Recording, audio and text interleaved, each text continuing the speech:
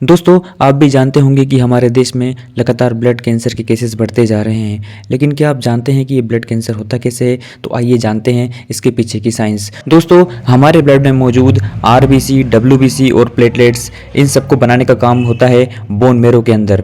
ये सब एक स्टेम सेल से शुरू होता है, पर कभी कभी एक स्टेम सेल का डीएनए म्यूटेट हो जाता है, मतलब उसमें गलती हो जाती है, फिर वो सेल अपना कंट्रोल खो देता है और ये सेल फिर लगातार बहुत तेज़ी से बढ़ते रहते हैं। ऐसे एबनॉर्मल सेल हेल्दी सेल्स को रिप्लेस कर देते हैं और इसी को हम कहते हैं ब्लड कैंसर। दोस्तों, ब्लड कैंसर के 3 मेन टाइप्स होते हैं। पहला बोन मेरो और ब्लड सेल्स का कैंसर, दूसरा लिम्फेटिक सिस्टम में कैंसर और तीसरा प्लाज्मा सेल्स में कैंसर होना। अब सवाल यह है कि इंडिया में ब्लड कैंसर के केसेस इतने बढ़ क्यों रहे हैं? इसके रीज़न है बेहतर डिटेक्शन। आजकल हर सिटी में टेस्ट और हॉस्पिटल्स अवेलेबल हैं। पहले डायग्नोसिस नहीं होता था, इसलिए हमें नंबर पता नहीं चल पाते थे। दूसरा रीज़न है पोल्यूशन और पेस्टिसाइड्स। एयर, वाटर और फर्टिलाइजर्स में केमिकल होते हैं जो डीएनए को डैमेज कर सकते हैं। इसकी वजह से लगातार कैंसर के केसेस हमारे देश में बढ़ते जा रहे हैं। तीसरा सबसे बड़ा कारण है स्मोकिंग और रेडिएशन एक्सपोजर। सिगरेट, एक्सरे और इंडस्ट्रियल वेस्ट से रिस्क बढ़ता है।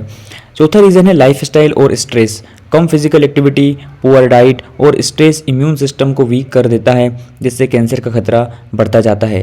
पांचवा रीज़न है जेनेटिक फैक्टर। कुछ लोग नेचुरली ज़्यादा रिस्क में होते हैं। ब्लड कैंसर हमेशा प्रिवेंट नहीं किया जा सकता दोस्तों, लेकिन हेल्दी हैबिट से रिस्क कम हो सकता है, जैसे स्मोकिंग अवॉइड करना, फ्रूट्स और वेजिटेबल्स को अपनी डाइट का इम्पोर्टेंट पार्ट बनाना, रेगुलर एक्सरसाइज और स्ट्रेस को कंट्रोल रखना, अपना रेगुलर हेल्थ चेकअप कराते रहना।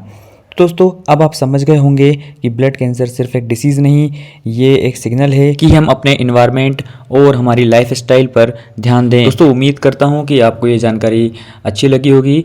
आप इस वीडियो को शेयर ज़रूर करें और सबसे ज़रूरी, इस वीडियो में बताए गए सभी प्रिकॉशंस का हमें ध्यान रखना है। ऐसा करके हम खुद को और अपने सभी जानने वालों को इस घातक बीमारी से बचा सकते हैं। तो फिर मिलते हैं दोस्तों किसी अगली वीडियो में। तब तक के लिए जय हिंद, जय भारत।